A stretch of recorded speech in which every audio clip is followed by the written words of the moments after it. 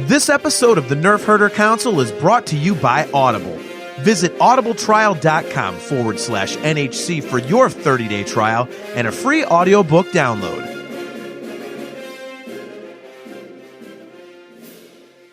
Hi, this is Joseph Williams, son of John Williams, and you are watching the Nerf Herder Council. Why, you stuck-up, half-witted, scruffy-looking Nerf herder! You can't use that word. Only we can use that word.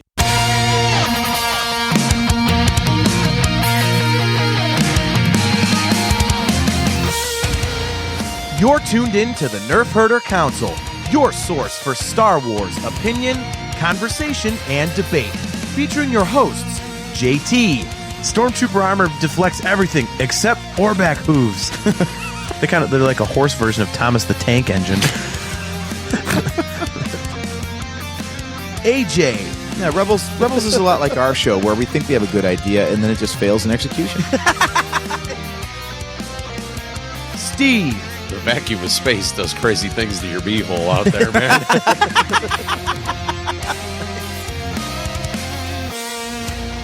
On this episode of the Nerf Herder Council, we dive into A Christmas Story Christmas. Is it a worthwhile successor or just another in a long line of disappointing sequels? We triple dog dare you to keep listening and find out. This is the Nerf Herder Council.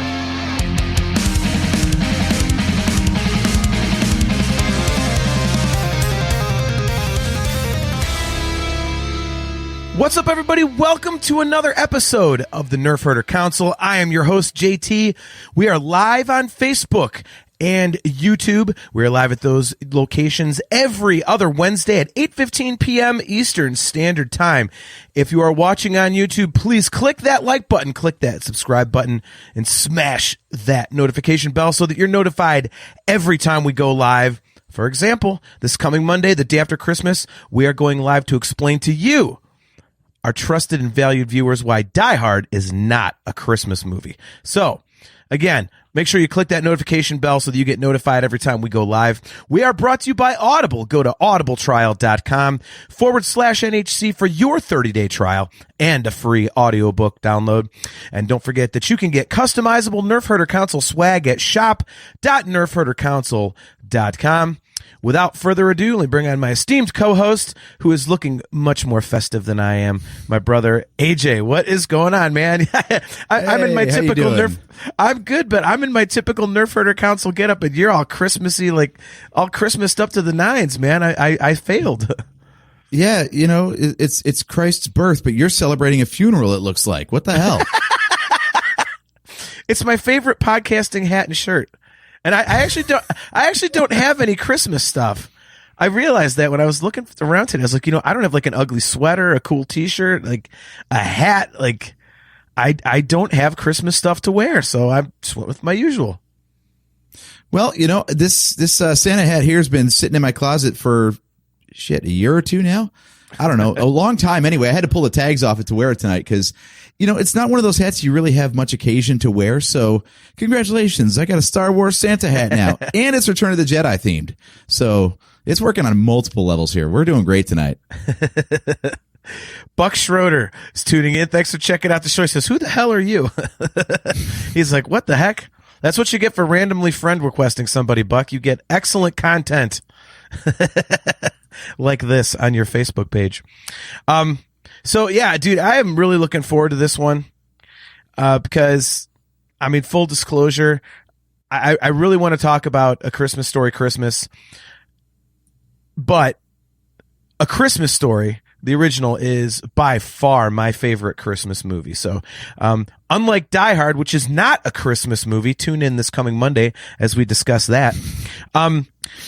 But yeah. Oh, look at this. Nikki Wilson Bailey. What's up? Hey, what's up, girl? Oh man. Haven't seen you in forever. Hope all is well over there, Nikki. Love you. Yeah. A Christmas Story is, my favorite Christmas movie. I absolutely love it. I think I've watched it already like 5 or 6 times, and it's not even Christmas yet. There's always one TV in my house that's tuned to TBS for 24 hours of A Christmas Story. I'm sure, having just purchased my first home last week and now paying for electric, my wife is going to throw a fit on Christmas Day when I do that, but tough cookies. So yeah, I absolutely love A Christmas Story. So I was very interested to find out that they were doing A Christmas Story Christmas. So I'm very excited to talk about it. Starting off, where do you stand on the original A Christmas Story? I don't love it as much as you, but that's not really saying much because I still love it. It's really hard to love it as much as you, though. Like you said, you're going to have 24 hours of A Christmas Story going on, and you'll probably watch at least 12 of it. You are like a 5-year-old where you're like, again. It never gets old, man. It never gets old. I know that one kind of backwards and forwards. I don't know the new one nearly as much, but I think it's a great companion to it, actually. What I didn't know, you had to tell me this, is there was like a movie in between or two movies in between? Yeah, they had like another sequel. It was one was called like My Summer Story and one was Christmas Story 2, if I remember right, and they were both just absolutely god awful. So not good. So this is I guess considered like a proper sequel to the original. So I mean this one, it brings back Ralphie, and it has, most of the original actors except for the old man because he passed away, and the mom actually retired from acting, so that's why Julie Haggerty is playing the mom in this one. But it does have that nostalgia feel, and getting right into it, I'm liking the movie. Well, we'll get to that later, but my very first impression watching it the first time, I got into it, and I'm sitting there watching it. I'm like, oh, this is not very good. But then it picked up, like it got better. So I was pleasantly surprised. I went in with really low expectations. Yeah, we've discussed on the show before, these long-awaited comedy sequels are really a tough thing to crack. Yeah. We've watched so many franchises drop the ball between Bill and Ted and Coming to America, and sorry to say it, buddy, but Anchorman. Anchorman 2 rules. Comedies are hard to follow up. So to take all this time and then have to write another chapter in the story, I think they did a phenomenal job with it. Okay. So what was your initial impression, like after your first, like during and after your first viewing of A Christmas Story Christmas? Oh, this is easy for me because unlike you, I haven't had a chance to watch it more than once. So I've only got the first experience. Okay. I don't want to get, too much into a therapy session on this show, but I will say that there a lot of the personal stories going on for these characters in here really resonated with me because of stuff that we've got going on in our family.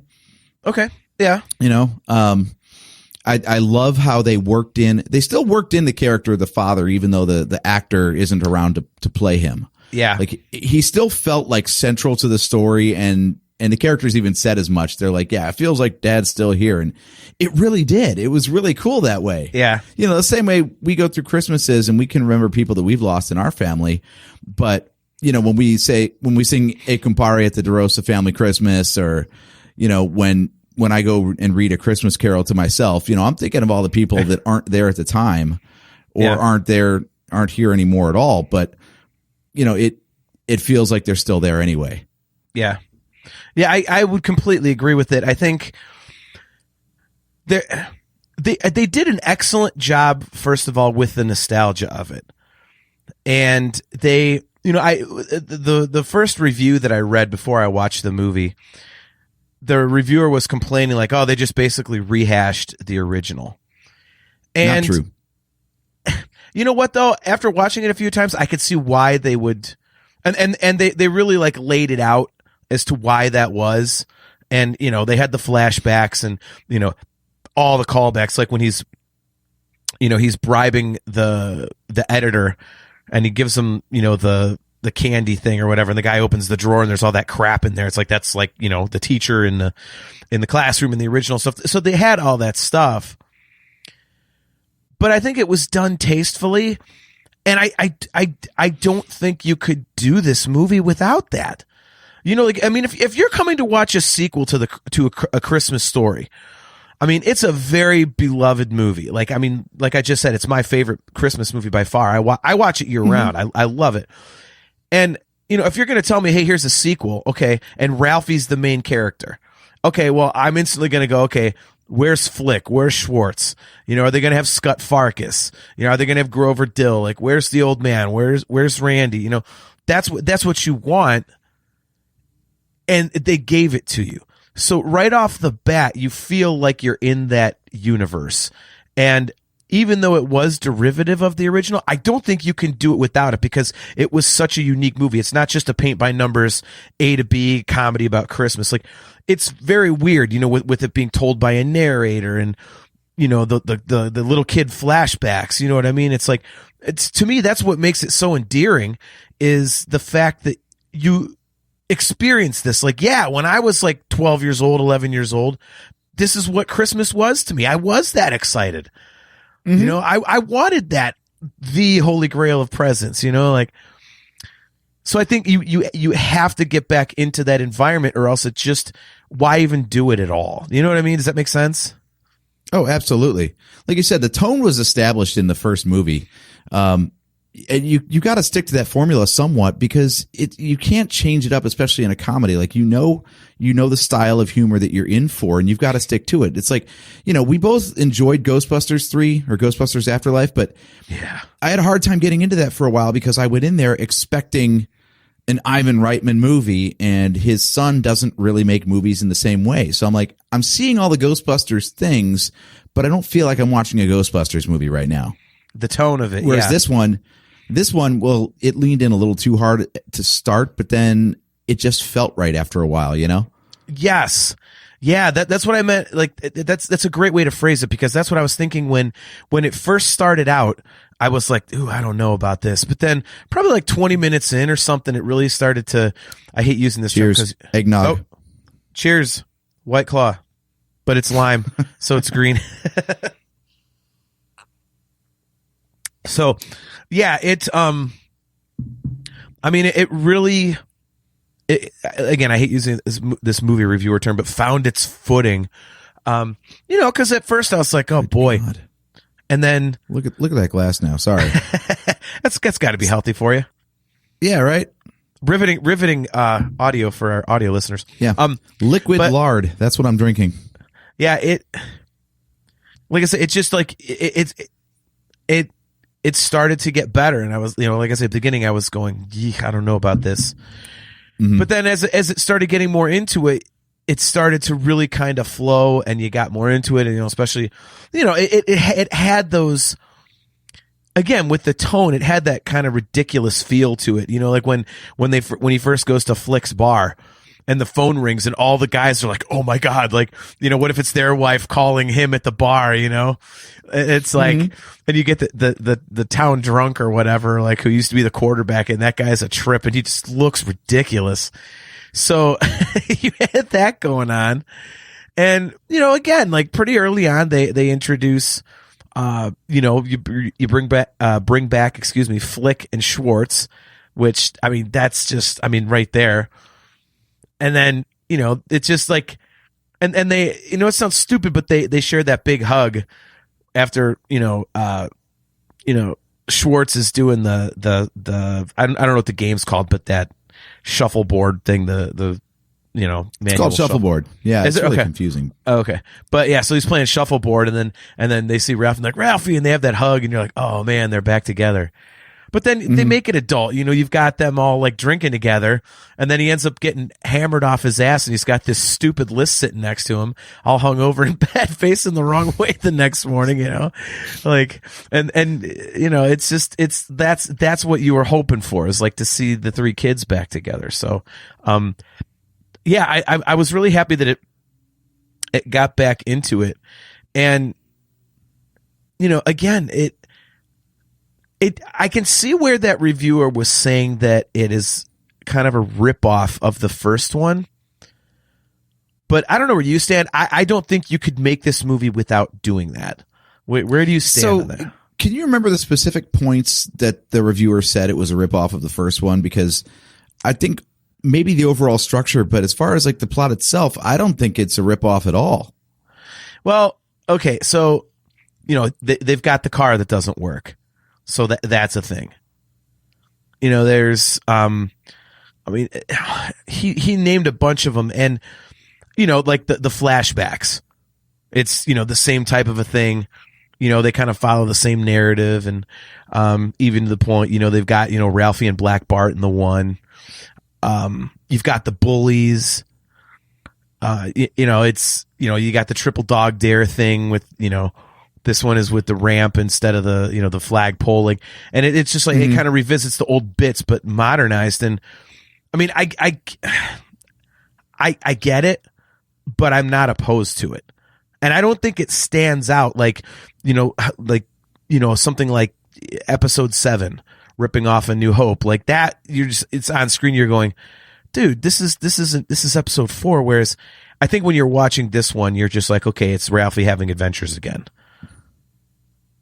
Yeah, I think where I really like this one is it does revisit some of the, it does have callbacks to the original, of course, which it kind of has to, but also at the same time, I really like this idea of having Ralphie step into the role of being the dad in this one. So, because we can all relate to that. We were 12 once. We had the kids' Christmas, and now that we're middle-aged men, unfortunately, now we've got all these adult challenges. And how many times in your life, especially since you've met your wife and her kids and whatnot, have you had to do a parenting thing and just taken a step back and been like, holy crap, I have to do this now. Like I'm the adult.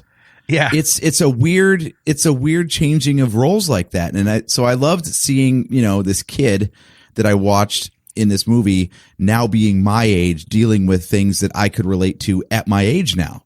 Yeah. And the fact that they set it, perfectly forward in time. So it was the 40s was the first one, and this one was the 80s. So 70s. They basically aged the characters up. 70s, yeah. So they aged the characters up basically perfectly for the time gap in real life. Yeah. So I thought it was really that's where I feel like it really hit the right tone with the original, where for the character of Ralphie, I feel like you could get behind him in both movies, because if you were a kid when the first one came out, you were behind him because you related, and now you're his same age now and you relate to his struggles now. Yeah. The one thing I will say is that I don't think this one is as good a movie for kids, because the main focus is on Ralphie, the adult. So kids aren't really going to be able to relate to his struggles so much. Okay. I mean, Jeremy Dyer, my buddy Merle, tuning in. Thanks for watching, dude. He says, I thought the new one was better. Okay. That's a strong take, dude. Wow. Yeah. Feel free to elaborate on that one. Yeah. See, I don't know what the target audience was for the first one. I don't know if it was meant for kids or if it was kind of like just a family friendly thing. But I feel like this one was made. This is one of those movies that's not made to appeal to, okay, let's broaden the Christmas Story fan base. Right. Like this is just like, hey, did you like A Christmas Story? Here's the sequel. Like, so it's pandering to people like me. So let's say I had seen it in 1983 when I'm 7 years old. I'm going to love it then. So it's like, okay. Merle's saying it right now. He says, probably because I'm an adult now and this one was made for us. Yeah. Like it's aimed at us, the fans of A Christmas Story. It's not, hey, introduce your kids to this yada yada. It's like, no, this is for those of you who already love it. This is for the fat idiot in Cleveland, Ohio, who keeps one television in the house tuned to 24 Hours of A Christmas Story every Christmas. Like the movie was written for people like me. And I love that. Again, it's kind of that Rise of Skywalker thing where it's fan service, and some people may hate fan service types of things, and I personally don't. So whether or not it can be watched with kids, there's a right way to do fan service and a wrong way to do fan service, and I think this did it right. It hit the callbacks, but it changed it up a little bit too. Like you said, they repeated the triple dog dare, but you were kind of waiting for it. You know, it's like a greatest hits album from a band. When a band has like such a large discography and then they go on tour 20 years later, you're like, I want to hear the hits. This is what I want to hear. As long as they play these things, then I'm good. So yeah, A Christmas Story tread over the same old jokes a couple of times. Good. I think that's perfect. Yeah. That's what I was thinking too. I'm probably and the whole crux. Sorry, man. I keep cutting you off. Good. I just keep coming up with stuff. The crux of the story being that like Ralphie has this problem and he's trying to put on the best Christmas for his family instead of the childish focus of like, I want this thing. I want this thing. Yeah. Like that's not a rehash at all because the focus was not the parents in the first one. In fact, they were punchlines, really. Yeah. So to get behind the parents in this one and the mom also, Julie Haggerty knocked it out of the park. I love Right. her in this movie. Yep. I thought it was fantastic and it does change it up. So I got to have all the same jokes and all the same feels, but also I had a new story to follow too. Yeah. I think this one is kind of like, I would say if there was a sequel that I could liken this to, at least for me personally, I would say it's kind of like Top Gun Maverick, because Top Gun has been built up in my mind over the years to this legendary status. And if they're going to do a second one, I'm like, okay, I went in expecting it to be Maverick to be a big piece of shit. And it wasn't as fun as the first movie. I mean, Maverick is better as a sequel than A Christmas Story Christmas, let's be honest. But, you know, it's still like I was in the Top Gun world with Maverick. Like I had those feelings and it had that vibe to it. And I think A Christmas Story Christmas does that too, where you kind of, it's, you know, again, after the first like 20 minutes, once it starts settling in, you're back in that environment. And it's like you're getting what you wanted. Like you like Ralphie's voiceovers and you like the stupid flashbacks and yet the humor, like there's some really intelligent stuff in there. There's some really funny stuff in there. You know, like, I mean, just goofy little things like, you know, when, you know, the mom and the wife are getting drunk, you know, while Ralphie's Christmas shopping and the wife says something like, oh man, I should have eaten before this. And she's like, well, I got a candy cane in my purse. Like these little one-off lines that just kind of like add something to it. And it's, you know, it's funny. And it, you know, you find yourself, at least for me, again, I'm a diehard fan of the first movie. And speaking of Die Hard, we're going to be talking on Monday about how Die Hard's not a Christmas movie. But I found myself getting hit in the feels like properly. It didn't feel like it was pandering. It's just like, hey man, like they went back into that world in a way that worked, and not many sequels to something that's like this iconic can pull that off. So I loved it for that reason. Yeah, and they kept it so the stakes were quote high. I mean, let's face it, there aren't high stakes in either movie, but you know, it did seem increasingly dire throughout, just like the first one. But it didn't get too dark, like especially when they started with Dad's dead. Like, oh, this could be a real downer of a movie. Yeah. And like, so once they got kind of past that, I was thinking like, oh, are they really going to focus on poor mom being alone as a widow at Christmas? And they didn't really do that either. No. It might not be like true to life, but it makes for a better movie. Yeah. That would have been such a somber follow up to the first one to just be like, yeah, your parents are, one's dead and the other one's sad about it. Merry Christmas. Like, yes. Yes. That's exactly, I was going to mention that. It's like there wasn't the sad bastard moment of, you know, like the specter of the old man was hanging over the movie, but in like a good way. Like he's a Christmas legend. We got to try and live up to the Christmas legend. It wasn't like, oh my God, you know, he had prostate cancer and it spread and then he had chemo and mom's eating casserole. Like, you know what I mean? Right. Like, so yeah, it had like serious themes to it here and there, but they were handled as completely lighthearted stuff. You know, the kid goes to the emergency room, but do you remember casseroles being a thing after funerals, or did we just not know enough people who died? It was a thing. I don't remember it being casserole, but I remember people would bring meals over, like you cook for the family when someone dies, so that they don't have to worry about doing that. I don't remember it being casserole, but I mean, good God, boy, that's another thing they nailed because Holy mother! They must have like Ralphie and Flick and Schwartz and the town drunk guy just sat around coming up with a Christmas list like Buffalo. I got a terrarium, like a tomahawk, like stuff like that. Like those guys must have just sat down and said, just mention a food like mustard, okay, mayonnaise, okay, onions, okay, blueberries, okay, and just made up these horrific casseroles out of it, like just to say, okay, let's see what what's the most disgusting thing we possibly could find. Like I don't remember that either. To your point about Julie Haggerty, Merle says she was great. I have mixed feelings because I would have loved for the original mom to be in it.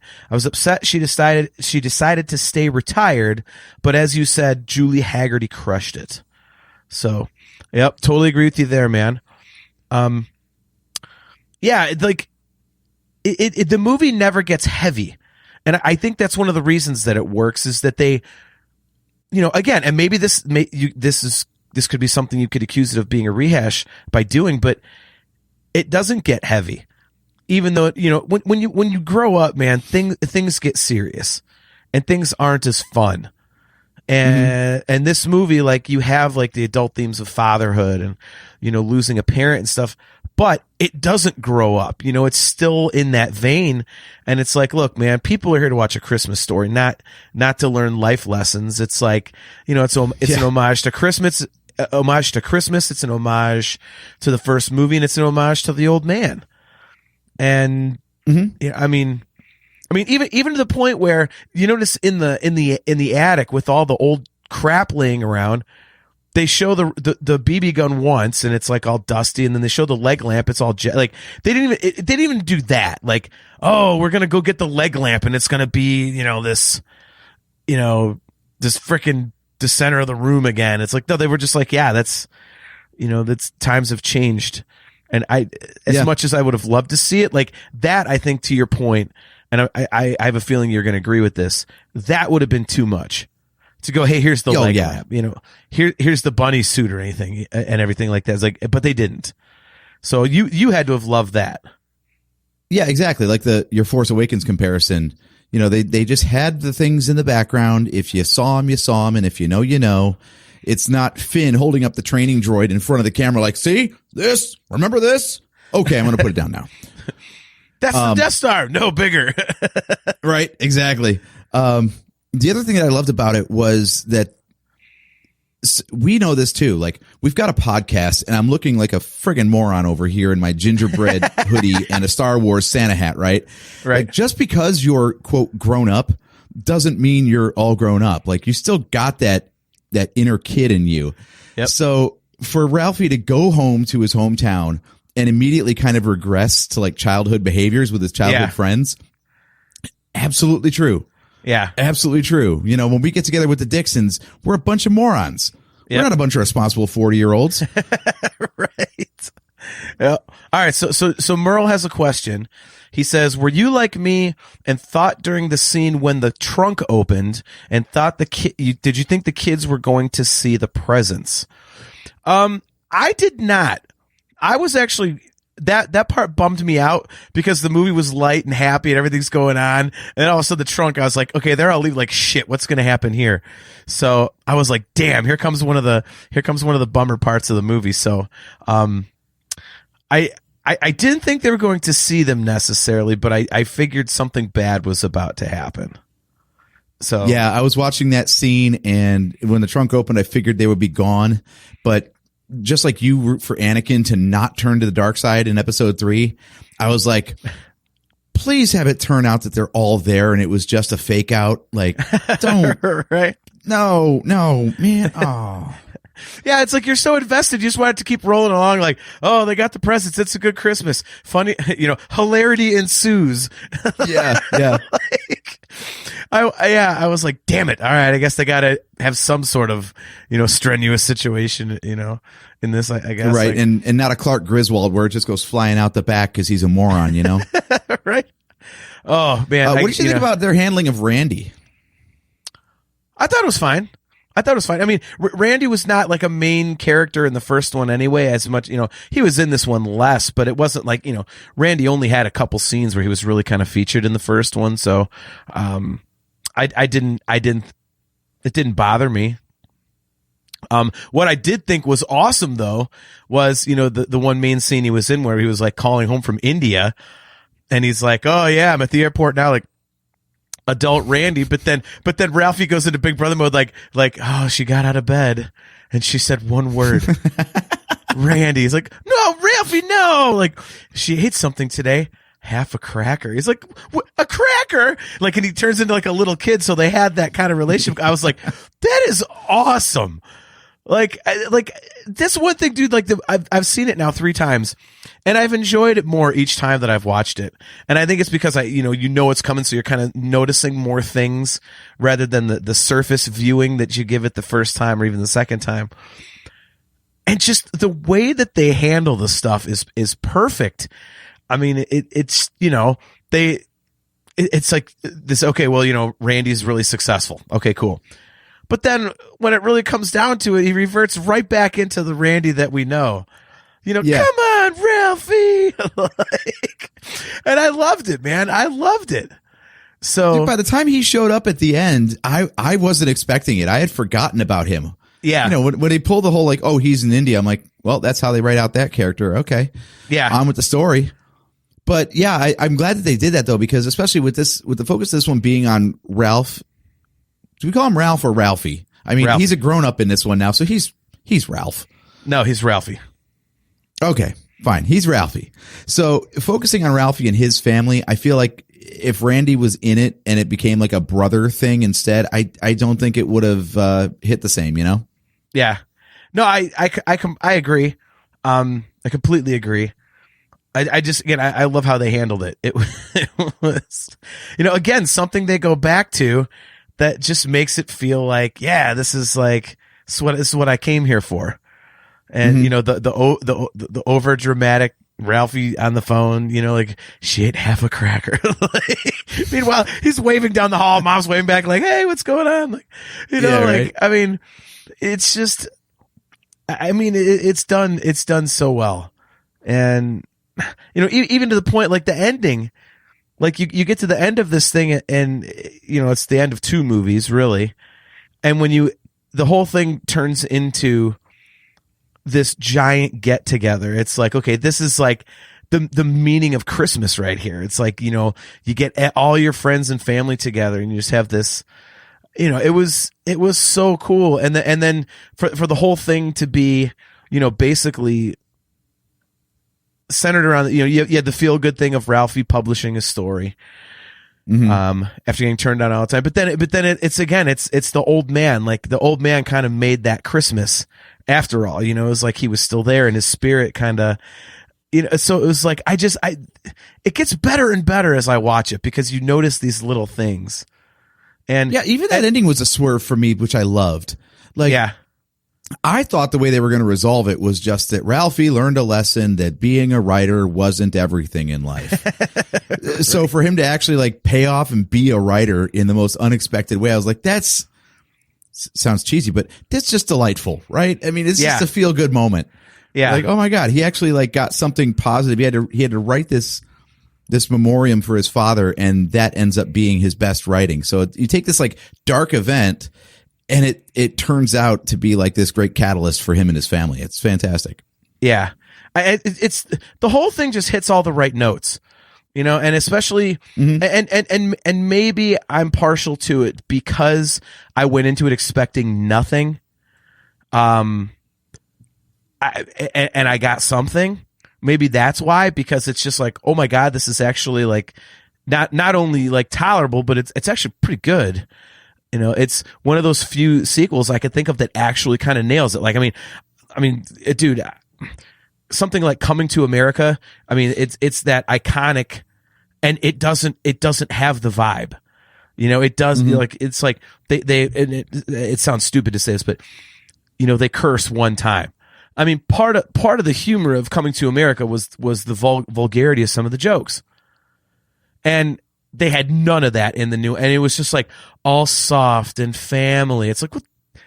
I didn't come here to see that crap. Like I want to see like the homeless guy falling down the stairs. He's like, "Hey, Stu, yo, Red Stu, motherfucker!" Like, and the guy lifted up his head and farting. Like, like I want to see that, but you get none of that.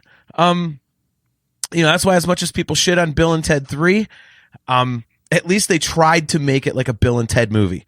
So I give it credit. I mean, it wasn't very good, but at least the effort was there. But this one really, really nails it. And I mean, it's throughout the whole damn movie. Like you said, there's so many times where they could take something because it could be a heavy thing and they just choose not to, or they make light of it. Like, did you expect like me? Because as I was watching it, I'm just running down in my head like, all right, what are all the tropes of a story like this? Well, Ralphie's going to screw something up, and the wife is going to get pissed at him. So his relationship is hanging by a thread because he's botching everything, and that never happened. Like he ends up hungover with that hilarious list in the bed after the night of drinking, and she's just like rolling with it. I was like, that's awesome. That is so cool. Cause that could have been the moment where like, I'm going to take the kids and you sort this out. Like, oh God. Yeah. Or, the old quarterback at the bar where he's, just the town drunk now. And that could be played as like, this guy's down in his luck and alcoholism is bad and addiction is terrible. And they're just like, he's drunk and he lost his hair. And he looks hilarious too. Yeah, exactly. Like when the phone rings the first time and he's like, he's got that look on his face. You're like, I was like, oh my God, this is hilarious. And then you're like, nope, sorry, not here. And then he's like, oh, and he puts like a 10 in the tip jar. I mean, you're so right, dude. Like every time that it hit on something where it could get heavy, they purposely steered away from it. And again, I just feel like whoever wrote this really, really understood that people are here to watch A Christmas Story. So, which I thought even down to the title of the movie originally, I'm like, well, that's unoriginal as shit. A Christmas Story, Christmas. But it makes total sense now because, they're like, look, it's a Christmas story. That's what you're watching. Just face it. So it's A Christmas Story, Christmas. And it's really what it is.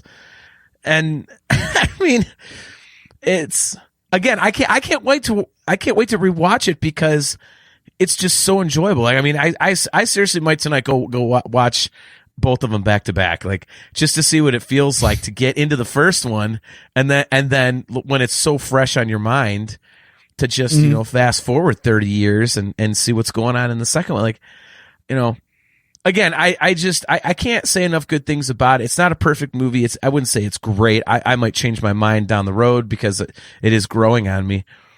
But as a fan of the original, like a super fan of the original, I thought it was great. I thought it was absolutely great. And I mean, so man, for anybody watching or listening that has not checked it out, I would really highly recommend it. I mean, don't go in expecting War and Peace and don't expect it to be on par with the first one. But I mean, if you like the first one, there's more than enough there. I think. I think you might be selling it short a little bit. Like you said, A Christmas Story, Christmas. It's like a layer on top of the original, and this is that. Yeah. It's the continuing adventures of Ralphie. Yeah. Down the road. They're not trying to outdo the first. They're not trying to remake the first. They're just like, hey, these characters continued living, and this is what their lives became. Yeah. So I thought it was perfect. They balanced enough familiarity because he was back in his hometown after he had moved away, and he, like I said, regressed kind of to being the same character a little bit as he was in the first movie, but facing different challenges, or sometimes trying to do it differently, but ending up doing exactly what his dad did. Yeah. With the presents and the tree and saving Christmas at the last minute with a big swerve that the kids weren't expecting. And yeah. So to that reviewer's point that you were talking about, the points that they chose to retread were well chosen, I think. Yes. It was fun to watch, and it made sense for the characters to retread a few story beats because, everybody in their own family has their traditions and they do stuff a certain way. So when it's your turn to run the show, you run it kind of the same way. Yeah. So I thought it was great. I thought it was cool. And I also thought it was really nice how, with the mom, instead of turning it all over to her, she just kind of was like, it's your turn now, Ralphie. This is, you are now the patriarch of this family. You take this on. Yep. Instead of this whole like, I'm uncertain, I don't know how to do this. She's just like, you're going to do it anyway. You thought your dad had it all figured out? Not true. But he muddled through anyway, and you'll do the same. Yep. And I love that. Like, how many times we've had great years, you and I. We are very blessed to be where we're at in life right now. Totally agree. But how many times have we both called mom and been like shitting our pants a little bit? Like, how do we handle this? Like, I never thought I'd be in this position. I'm not equipped for this. She's like, you will. You can. Now go do it. I'm not going to tell you how. You figure it out like everybody else. Yep. Yeah. No, you make excellent points, and something you just mentioned about how they didn't make it like, okay, well, the mom has to take over the mantle now type of thing. Like they did have some really cool things where that was concerned, like when the fuse blew. Because in the first one, he's like, yeah, my old man could change a fuse in 10 seconds, whatever. And he's like, he bought him by the gross, and the thing blows out. And Ralphie gets up in the dark. He's like, I got this. She goes, no, I'm going to have to learn to do these things for myself. Like, that's about as close as they got, to something serious like that. And, something else that I wanted to mention about how well they handled certain things was the kids and Scott Farkas. Like, I mean, the Scott Farkas one's obvious because to have him come back as a cop, like, and say, oh, that time that you handed my ass to me, like, that turned his life around. Like, that's hilarious. And I just, and the way that guy acts, and he just like overacts like as the good guy cop. It was just like, I mean, it's so good. So I loved how they did that. And I think one of the most pleasant surprises for me were Ralphie's kids. Because if you're going to modernize it, which, right off the bat, you see the kids are kind of like modern kids. They're not that throwback to the 40s like most of the other characters. In a lot of movies that do this, like the kids are like cynical douchebags, and they're just a-holes, and you know what I mean? Like, but these kids, like, you could tell they're modern kids, but they still kept even that light. They were funny, and they went through stuff like, the little girl got emotional here and there, like, but she was a little girl. So again, another example of something that could have been handled poorly, but they handled it brilliantly, in my opinion. Yeah. So yeah, I love the solution to the bullying too, which was let the kids figure it out for themselves. Yeah. It was perfect. It was, and I love, like, what did the mom say? Like, I had a problem like that when I was your age. And I said, well, what did you do? And mom says, he beat the snot out of that kid. Like, yeah. And you can see him like, and the whole family's like, what? Ralphie beat the shit out of somebody? Like, are you kidding me? Yeah, like, that's not the lesson we're supposed to be teaching our kids. I know. So, yeah, I mean, oh, and one thing I just thought of this, and I wanted to ask you. Since when is there a second half of the damn Christmas Story house? Did you notice that? Like the fireplace, but then there's a whole nother room. Like, I was like, where did this come from? Like, did mom did mom and the old man get an addition put on or some shit? Like, what is that? That's like some Doctor Who TARDIS shit where you walk in and it's like twice as big on the inside. Like, I know. We've been to that house. We know right where that house is. And it is not that big. Yeah. That is very clearly not the same house. Now I know this damn thing was filmed in Bulgaria, goddammit. Yeah. No, that actually had me wondering. I was hoping to spot more Cleveland stuff in the other scenes, but I don't think they got anything but the house in there, did they? No. Like, I didn't recognize the bar or any of that stuff.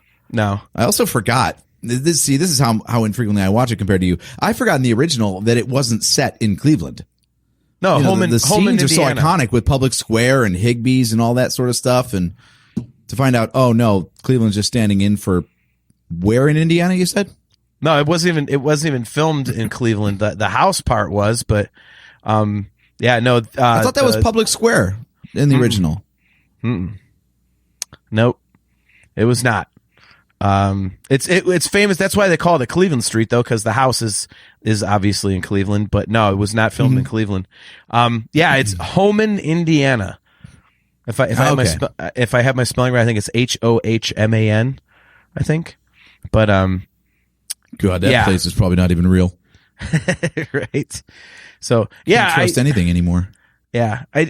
Dude, again, this movie just hit all the right elements, I think, of the original. And you know, for me, nothing's ever going to be as funny as that one. I mean, to this day, every single time I watch the original, like, I'm quoting it, I'm laughing my nuts off. Like, it's just, you know, stupid little things like after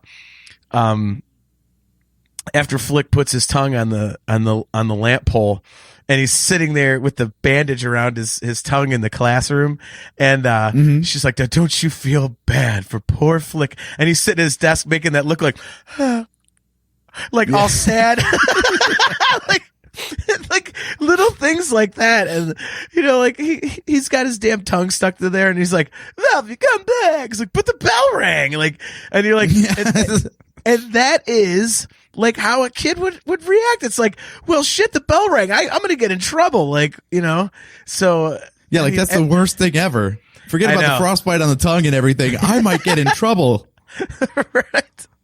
I was so glad they brought back like the overacted, like the dream sequences or whatever you want to call them, because that stuff like where Ralphie goes blind in the first one, he's like, it was soap poisoning. And the old man's like, "Oh, I know." Yeah. "I told you not to use Lifebuoy." And like, so what brought you to this lowly state? Like, it's so funny, man.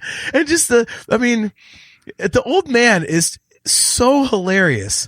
When you hear like the friggin' goblin pumpkin rabble rouser, like all the stuff, like the quote unquote curse words coming up, and I mean, I could never stop laughing whenever he's like, "It's a clinker," and stuff like when he goes running to the back house and goes, "Not a finger." Like, there are so many quotable lines by the old man that's like, oh my God, it's so funny. And I mean, he was like such a huge part of that first movie. And you know, to go back to something you said earlier in the show, you know, the sequel really does a good job of keeping him around, even though he's not there. And it's like his you know, his spirit is still there, and it's like, you know, they're trying to live up to, you know, him and him being like the master of Christmas. And I thought, you know, have every once in a while, like they'd have like the little, you know, the quote of his like real quiet in the background. And I mean, they just did a phenomenal job of keeping him in the movie. And I mean, whoever wrote this thing obviously either is like a huge fan of the movie like me, or really studied it well and understood the vibe of the original and how fun and innocent it really was, you know. And I think that shows, like, you know, again, going back to kind of, you know, something that you said earlier, you know, the first one, like we were into it because it's like you remember what it's like to be a kid, and it's like you all of us had, you know, the air rifle, the holy grail presents that you wanted. But as an adult, even though things get serious, it's Christmas does still bring you back to being a kid, and you're not that fully like serious, you know, all, you know, the sky is falling type of person. Like, you kind of revert to childhood a little bit. And I think that the sequel really hit the spirit of that really, really well. Yeah. And it's fantastic because, I mean, there's plenty of stuff. We were just talking before we went on camera about some stuff going on in our family.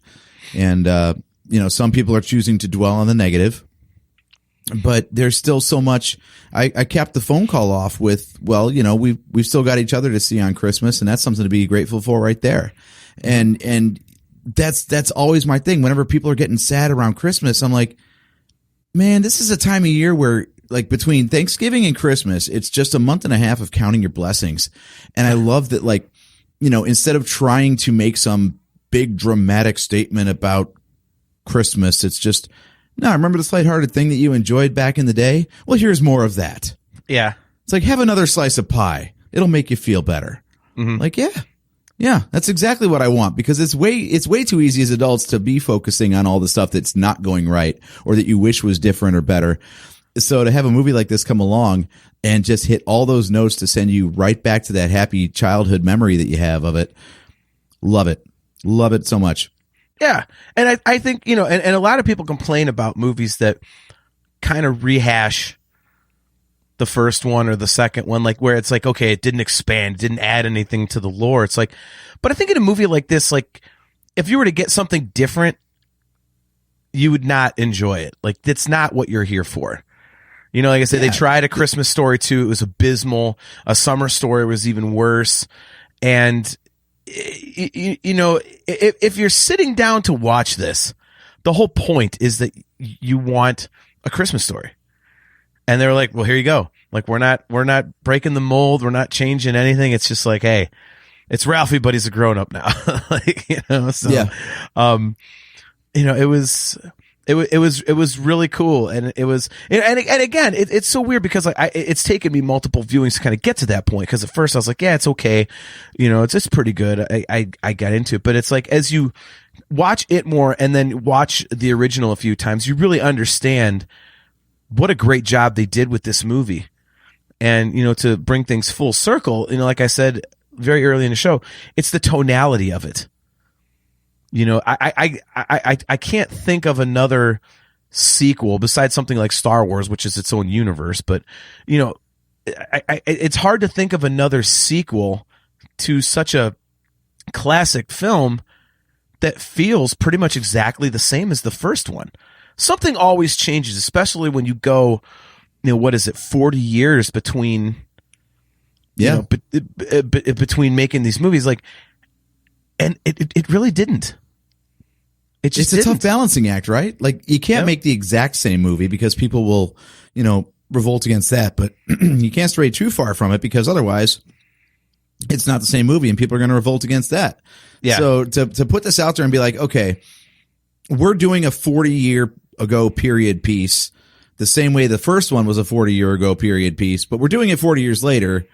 So we're going to give you an 80s-ish or 70s-ish feeling movie because that's kind of what the first one did for the 40s back when it came out. So I think it was that perfect balance of like moving the in-universe story along and the tone of it tweaked just enough so us kids that are now grown-ups have all the things we need to latch onto. All the old stuff that we want to remember and all the new experiences we've had since we've grown up and become the parents and had to do all this stuff for our kids. Yep. Yeah, I totally agree with that, man. It's like even just talking about it, I'm like, man, this is better than I thought it was. Like I said, I'm really excited to go watch it again and kind of And to your point, like you were saying, like expectations are a big deal. I went into it like you, not expecting much. So actually, when you watched it first and you were like, dude, it's actually really good. I was like, whoa, like that is a sacred film to follow up. And you're like, it's actually good. Yeah. Like, okay. I guess I'll give this a shot. Like that was such a pleasant surprise right there. Yeah. Like I figured once you said that they were coming out with it, I was like, oh God, I know exactly what our show is going to be. It's going to be me trying to convince you that lightning can't strike twice and you should just, lower your bar a little bit and let this one exist. And instead you're like, no, actually it's really good. You need to check this out. I was like, yes, we get to have an all positive show, but have like all different reasons to say it's positive. When I came up with the idea for the show, I expected literally to, like, that's why I titled it A Tale of Two Christmas Stories, because I expected it to be half talking about the new one, kind of like a review and our thoughts, and the other half just kind of talk about how kick-ass the original is, because it is, let's face it, it's a perfect Christmas movie. And we spent the whole show talking about the original. We've forgotten to really talk about the first one, haven't we? Yeah, I mean, we can probably touch on that on Monday when we do our special episode explaining why Die Hard is not a Christmas movie. So we can, because since A Christmas Story is a Christmas movie and Die Hard just fucking is not, which is why we're doing a whole off episode to explain it. Because if I have to explain that to people one more effing time, Bruce Willis himself said it, for God's sakes. So a little preview of Monday there. Yeah, Which, by the way, that's a totally free-form, loose, off-the-rails show. So anything you guys want, stay active in the chat. We will talk about anything. Yeah. But we'll probably circle back around to how Die Hard is not a Christmas movie. Oh yeah, we're definitely doing that. I posted that on my Facebook Drinks will page. be had, by the way. That is a drinking show. Yeah, it is.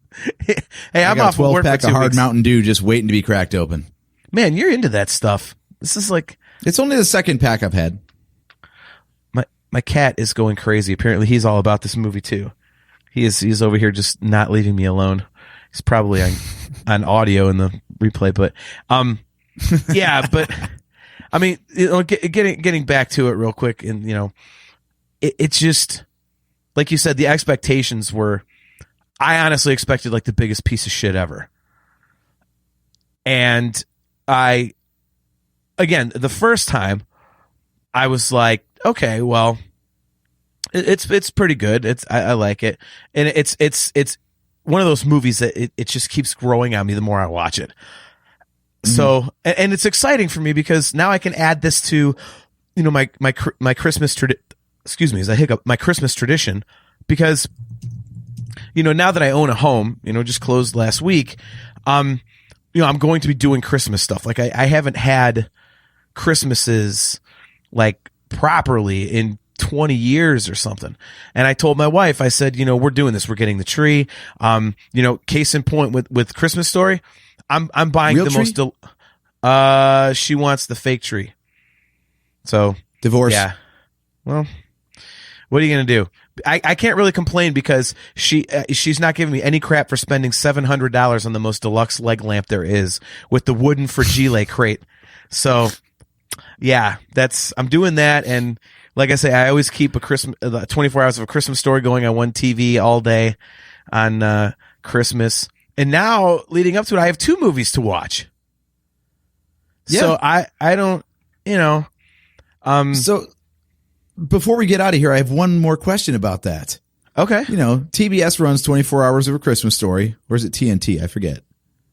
I think it's TBS. No, it doesn't matter. Okay, so TBS runs 24 hours of Christmas Story. How would you feel if they made it 24 hours of A Christmas Stories, if they could? Like if it was first one, That'd be second one, great. first one, second one. That'd be So great. you would sub out 12 hours of A Christmas Story for A Christmas Story Christmas? Yeah, dude.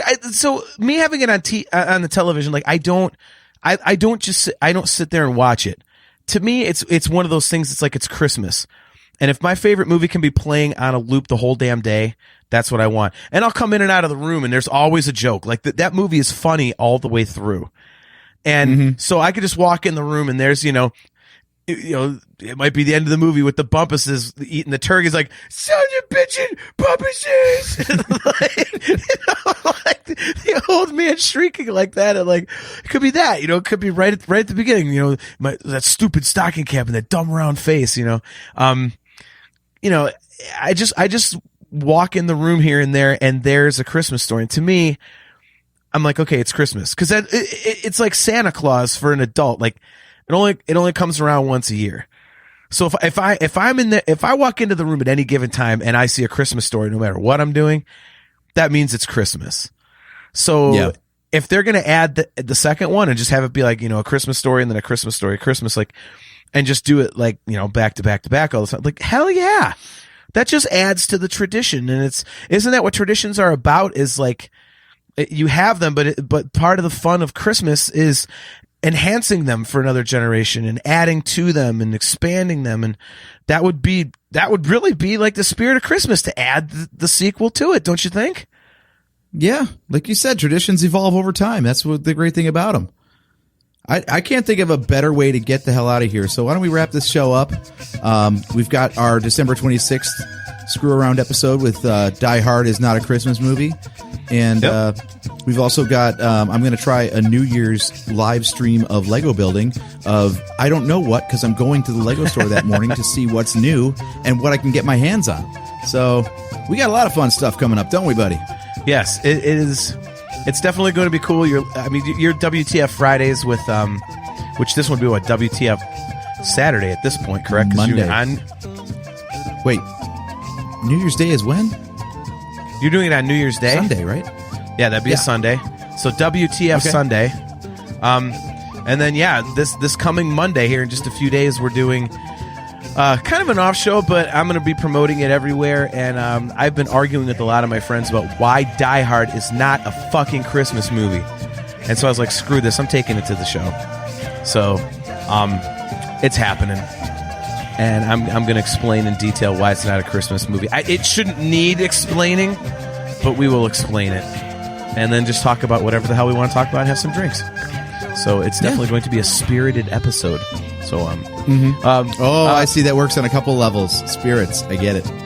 Yep, and Christmas spirit. See, I'm good at that stuff, man. That's why I host the show.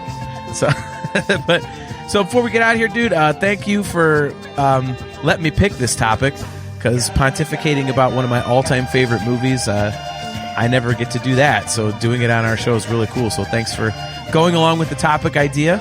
I appreciate it.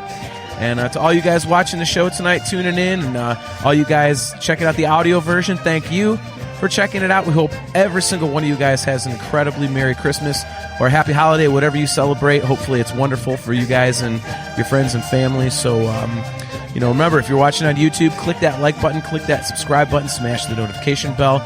If you're listening to the audio replay, go to our YouTube channel and give us a follow. Subscribe to the channel, that way you can see all of our video replays. And hey, jump into a live show and have your comment brought up on the screen. Be a part of the conversation. Again, as usual, guys, we are brought to you by Audible. So go to audibletrial.com/NHC for your 30-day trial and a free audiobook download. And go get some customizable Nerf Herder Council swag at shop.nerfherdercouncil.com. Those of you with keen eyes may notice that AJ's wearing a custom Nerf Herder Council t-shirt today. So he's got the Marvel logo in red.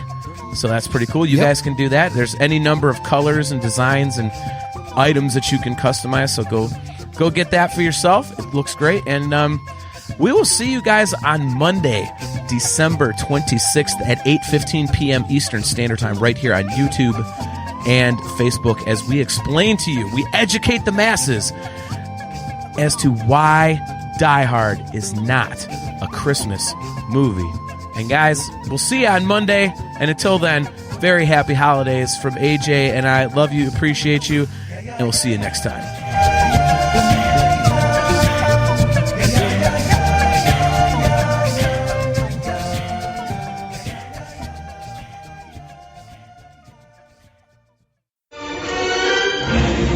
This bucket of bolts is never gonna get us past that blockade. This bucket's got a few surprises left in her. Plus, me and Chewie are on it. Ain't that right, Chewie? Hell yeah, you my Nerf herder. You my Nerf herder.